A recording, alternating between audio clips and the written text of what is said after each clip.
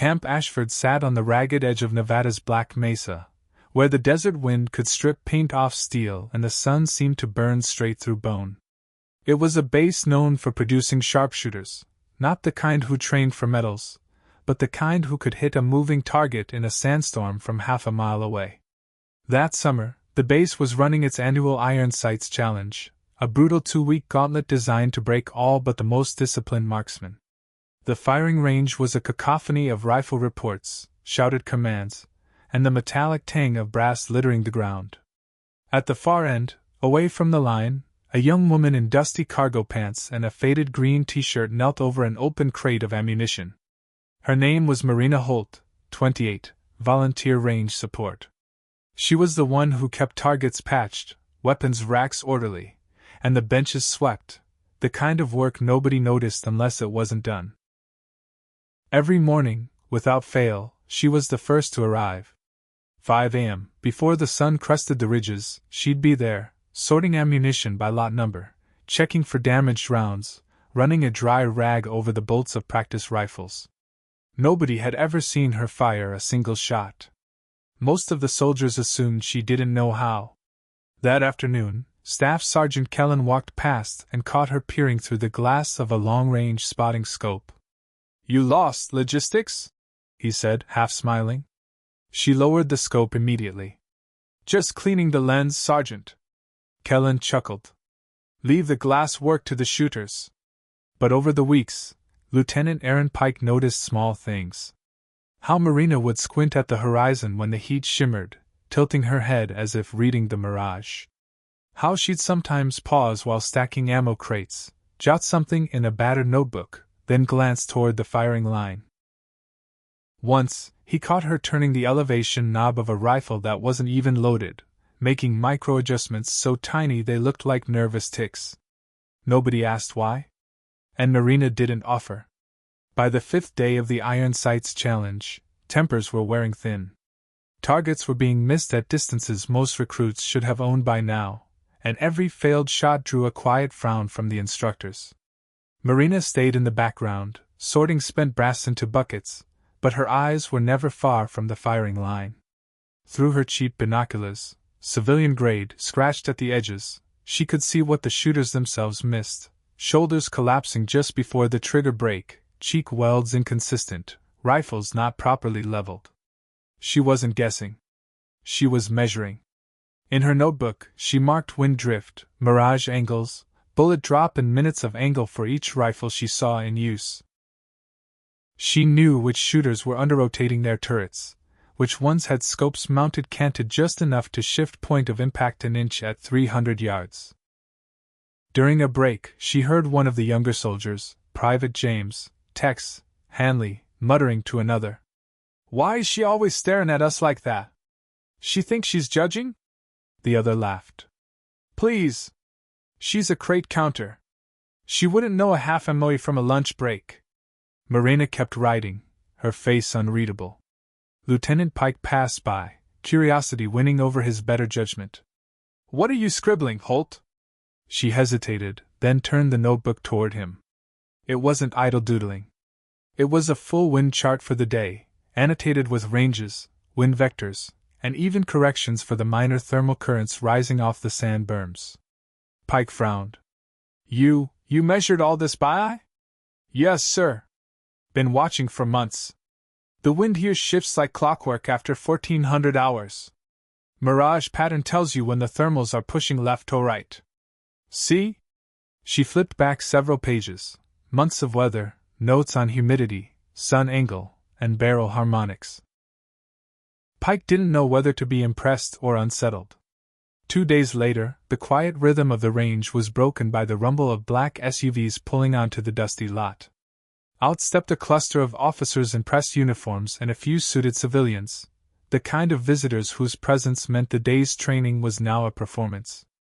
Colonel Everett Stroud, the base's commanding officer, was with them. Stroud was a hard man to impress, tall, silver-haired, voice like a rifle crack. "Ladies and gentlemen," he called, his words carrying without effort. "Today, we show our guests why Camp Ashford's marksmen are unmatched in the United States Army. Marina stood behind the chain-link fence at the far end, 300 yards from the line. She wasn't cleared to be anywhere near the visitors during a demonstration. Still, her binoculars tracked every shooter's stance, every missed opportunity. She could already tell from their setups. Too much tension in the trigger hands, bipods not set for the hard-packed soil, scopes not dialed for the sudden 9 miles per hour gusts now slipping in from the southwest. The first 2 shooters failed to impress. One hit the target only twice out of 5 at 600 yards. The other barely tagged it at 800. Stroud's jaw clenched. The murmurs from the visitors weren't helping. During the next ceasefire, Pike glanced toward the fence. Marina was scribbling furiously. Against his better judgment, he walked over. "What now?" "The wind just shifted another 3 degrees, she said without looking up. "Gust patterns inconsistent. They're compensating too much, which is why the hits are drifting low left. And," she hesitated, "Sergeant Kellen's optic is tilted. His reticle is canted 3/4 of a degree clockwise." Pike stared. "You can see that from here?" "Not see. Calculate." Something in her tone made him ask the question he hadn't before. "Holt, where'd you learn this?" She closed the notebook. "My mother was Captain Elise Holt." Pike blinked. The name carried weight. Elise Holt had been the Army's premier long-range sniper instructor until she died in a training accident 8 years ago. Marina didn't elaborate. She didn't need to. The visitors were growing restless. One man in a suit, clearly a defense contractor, leaned towards Stroud and murmured something that made the colonel's expression harden. Another round of shooters stepped up, and again the results were underwhelming. Dust puffed in the wrong places. Targets rang once, maybe twice, before going silent. The demonstration was meant to inspire confidence. Instead, it was bleeding it away. During the next ceasefire, Pike approached Stroud. "Sir, I have an unusual proposal." Stroud didn't look at him. "Unless your proposal involves an immediate improvement in accuracy, not interested." "It does, sir. There's someone here who might be able to show them exactly what accuracy looks like." Stroud finally turned. "A civilian?" His tone was already sharp with disapproval. "Yes, sir. But absolutely not. Sir, her name is Marina Holt." The colonel's eyes narrowed. He wasn't quick to show recognition, but Pike saw the flicker. "Holt? Elise Holt's daughter?" "Yes, sir." There was a long pause. Stroud had served with Elise Holt in Afghanistan. She'd once pulled off a shot in a sandstorm that saved half his unit from an ambush, a feat no one else had been able to replicate. "She can shoot like her mother?" Stroud asked quietly. "I think she can shoot better, sir. She's been studying this range for months without anyone knowing." Stroud folded his arms, eyes on the firing line. "One shot. If she fails, it's on you, Pike." "Yes, sir." Pike walked to the fence. "Marina, follow me." Her brows knit. "Sir? You wanted to help? Here's your chance. The colonel's giving you one shot to prove yourself." She looked past him to the assembled officers in suits. "They'll think it's a stunt. Then don't give them the chance. Make it perfect." The murmurs began the moment Marina crossed the gate and stepped onto the range. Soldiers who had barely noticed her before now tracked her every movement. Some wore smirks, the same looks they gave green recruits about to embarrass themselves. Others were simply curious, waiting to see why Pike had broken protocol to bring her forward.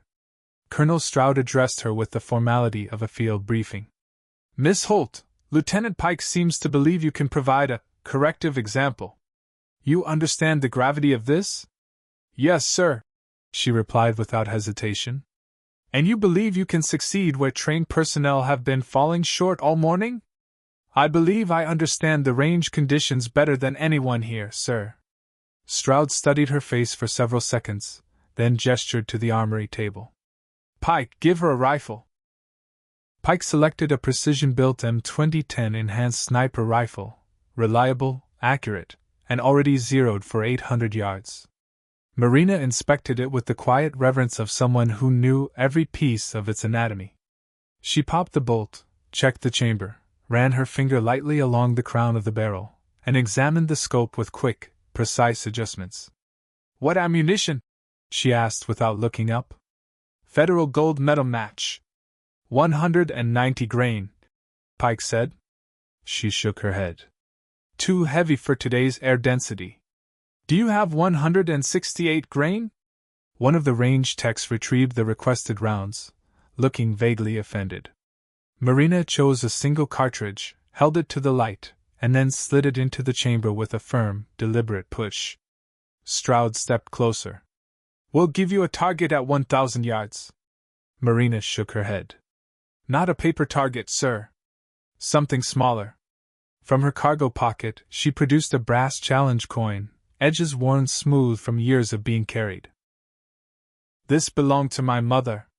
She used it to teach me that precision under pressure is the only kind of precision that matters." Stroud's expression shifted, a flicker of memory, respect, maybe even unease. "You're suggesting I throw that coin?" "Yes, sir. And I'll split it in half before it hits the ground." The range went unnaturally still. Even the wind seemed to pause, as though curious to see if she meant it. Private Hanley muttered under his breath, "She's crazy." Sergeant Kellen folded his arms. "She's about to humiliate herself in front of half the Pentagon." Marina knelt at the 1,000-yard mark, the M2010 braced solidly on a bipod, cheek resting against the comb of the stock. She was still, not just physically still, but empty. No twitch, no wasted breath. Her eyes tracked only the colonel's hand. Stroud stepped 30 paces forward, holding the coin between thumb and forefinger. He called out, "Ready?" Her reply was calm. "On your count, sir." Pike stood behind her, not daring to speak. He'd seen plenty of shooters, elite ones, unravel under less pressure than this. Stroud drew in a breath and pitched the coin high into the air. Sunlight caught its surface, flashing once, twice, 3 times as it spun. Inside Marina's head, there was no audience, no colonel, no brass. Only math. Distance to apex, roughly 45 feet. Coin diameter, 1.5 inches. Drop rate, about 32 feet per second squared. Time to impact, just under 2 seconds. Her breathing slowed to a crawl. In the shimmering heat, she caught the moment when the coin reached the top of its arc and hesitated before gravity reclaimed it. Her finger pressed the trigger straight back, a smooth, unbroken motion she had practiced since she was a child on her mother's ranch, where hitting tin cans at absurd ranges was less a game than a requirement. The shot cracked like a thunderclap, echoing off the rocky hills. The coin jerked in midair, then separated into 2 clean halves that spun apart before hitting the sand. For half a heartbeat, nothing moved. Then Colonel Stroud stepped forward, bent, and picked up the halves. The break was dead center. Perfect. Colonel Stroud stood there longer than anyone expected, the 2 halves of the coin resting in his palm. The edges were clean, as if sliced by a laser.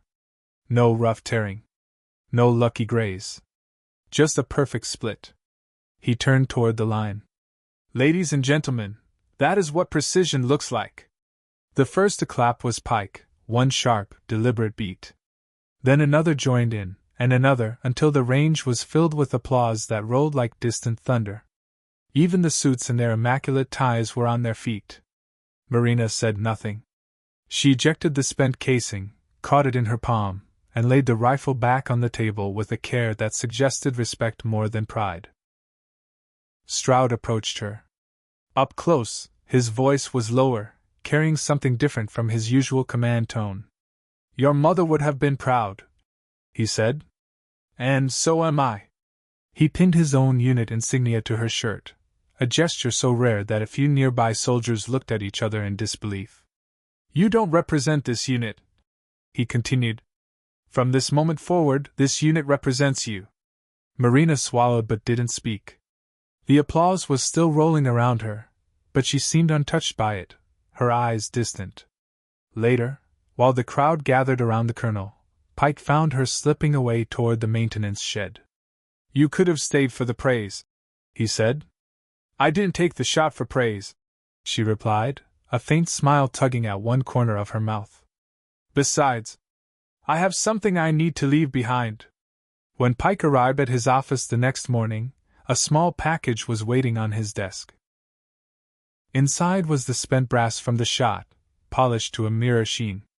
Etched into the side were the words, "Skill is the work you do when no one's watching." By the time the sun rose the next day, Marina Holt was gone. No fanfare, no farewells. Her bunk in the volunteer quarters was stripped bare, the only trace of her presence the faint scent of gun oil that lingered in the air. Lieutenant Pike wasn't surprised. She had never belonged to the noise of the place, only to its precision. Colonel Stroud kept the split coin. He had it mounted in a walnut frame, hanging on the wall of his office with a brass plate reading, Camp Ashford, Iron Sights Challenge, the day the range went silent. Within weeks, soldiers began a quiet tradition. They called it the one-shot rule. If someone, soldier or civilian, believed they could accomplish a task the unit was struggling with, they got one chance to prove it, no matter their role or rank. The results were startling. Mechanics became competition shooters. Supply clerks discovered uncanny range estimation skills. A mess hall cook turned out to be a gifted drone pilot. 3 months later, Pike received an unmarked envelope. Inside was a postcard showing a snow-covered valley in Montana. No message. Just a return address for a custom rifle workshop, the name on the card, Holt Precision. He smiled. She hadn't disappeared. She'd simply gone where her skill could speak without ceremony. In his end-of-year report to the Army Marksmanship Program, Stroud included a single paragraph that had nothing to do with weapons systems or procurement schedules. Excellence isn't always found in the ranks we expect. The most valuable contributions often come from those we underestimate, working quietly until the moment they're needed most. We must remember, skill without recognition is still skill, discipline without applause is still discipline, and one well-placed shot can change an entire culture. The report became required reading for new officers. But for those who were there that day, no words were necessary. They remembered the sunlit arc of a coin, the silence before the rifle cracked, and the perfect split that followed.